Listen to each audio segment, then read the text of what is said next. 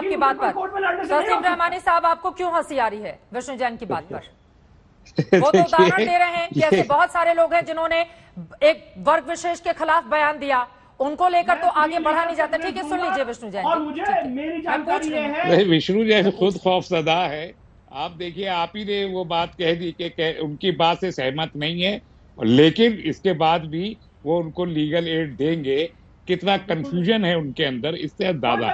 लेकिन मुझे एक बात की खुशी है, आपके दिमाग में कंफ्यूजन हो सकता है, मेरे दिमाग में कोई कंफ्यूजन नहीं है। हाँ, मुझे मालूम है, मुझे मालूम है चित्रा। मुझे एक बात की खुशी है, मुसलमानों के खिलाफ नफरत की जबान इतवार के दिन इस्तेमाल की गई, और यहाँ इस चैनल पे पूरे मुल्क में और जगहों पर भी मुझे बोलने की जरूरत, तस्लीम रहमानी को बोलने की जरूरत नहीं है। संजीव झा बोले, मुकेश जी बोले, चित्रा जी बोले, वो सब बोले कि आपने गलत किया। मुझे अपनी भारतीयता पे गर्व होता है जब ये सिचुएशन पेश आती है। एक बात। दूसरी बात, दिल्ली पुलिस का रोल सवालों के घेरे में है।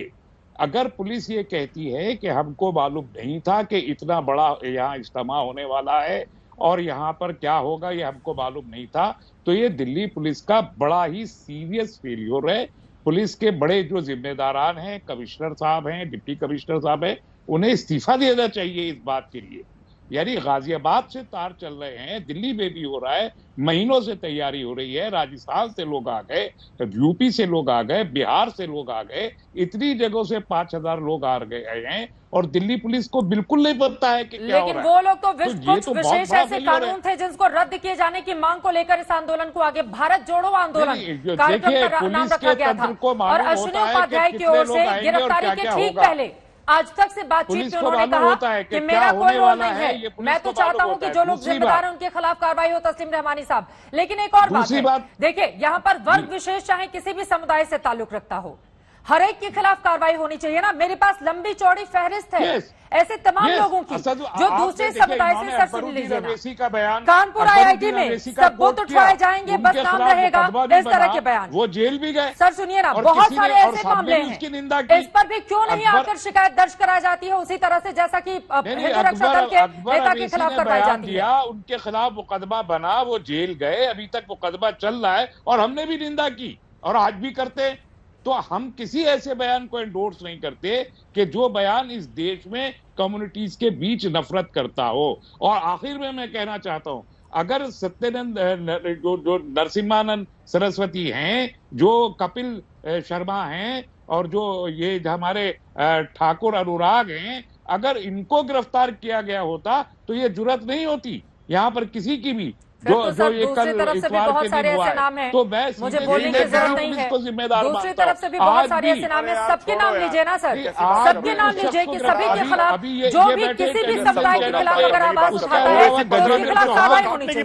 गजेंद्र फिर तो हर किसी के खिलाफ कार्रवाई होनी चाहिए ना, चाहे इस पक्ष का हो चाहे दूसरे पक्ष का हो, चाहे इस पक्ष का हो चाहे दूसरे पक्ष का हो। बैठे हैं गजेंद्र चौहान भी अपना एंजॉय कर रहे हैं। क्यों गजेंद्र चौहान का नाम अब तक नहीं लिया जा रहा? वो भी स्टेज पे मौजूद थे। अभी नूरी फाउंडेशन में बॉम्बे आपके पास। ठीक है सर, और जो मेन आयोजन के साथ शामिल थे अश्विनी उपाध्याय के साथ, वो भी हमारे साथ जुड़े हुए हैं, उनके पास भी हम जाएंगे। लेकिन जो सबसे बड़े आरोपी हैं पिंकी चौधरी, वो हमारे साथ लाइव बैठे हुए हैं, और उनका ये कहना है कि पुलिस ने तो हमसे संपर्क ही नहीं किया, हमारे घर जरूर पहुंची थी लेकिन उस वक्त मैं घर पर नहीं था। पिंकी चौधरी जी ये बताइए, बाकी मेहमानों के पास में फौरन आऊंगी। पिंकी चौधरी जी, जिस वक्त ये भड़काऊ नारे लग रहे थे जी, क्या आप भी ये नारे लगा रहे थे?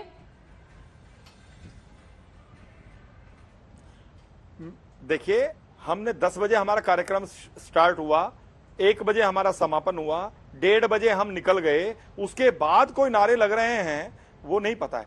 आपके पास पूरी वीडियो है, जिस नारे कहीं पर हम हैं, इतना विवाद हुआ है, मैं हूं, अश्विनी उपाध्याय हो, नहीं, आप मेरी बात समझिए। नहीं, मैं नहीं था, आपने देखा होगा भाई, लेकिन हाँ, हमारे जो लोग हमारे आह्वान पर आए थे वो थे।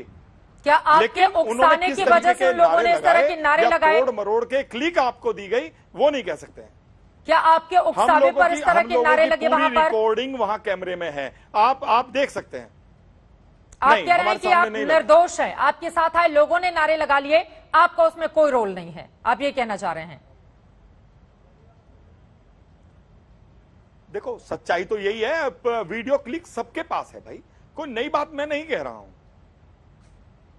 लेकिन अगर भड़काऊ बयान जो देश को तोड़ने वाला है, उस तरह का बयान कोई भी संगठन या उसके कार्यकर्ता लगाते हैं तो उनके खिलाफ तो कार्रवाई होनी चाहिए।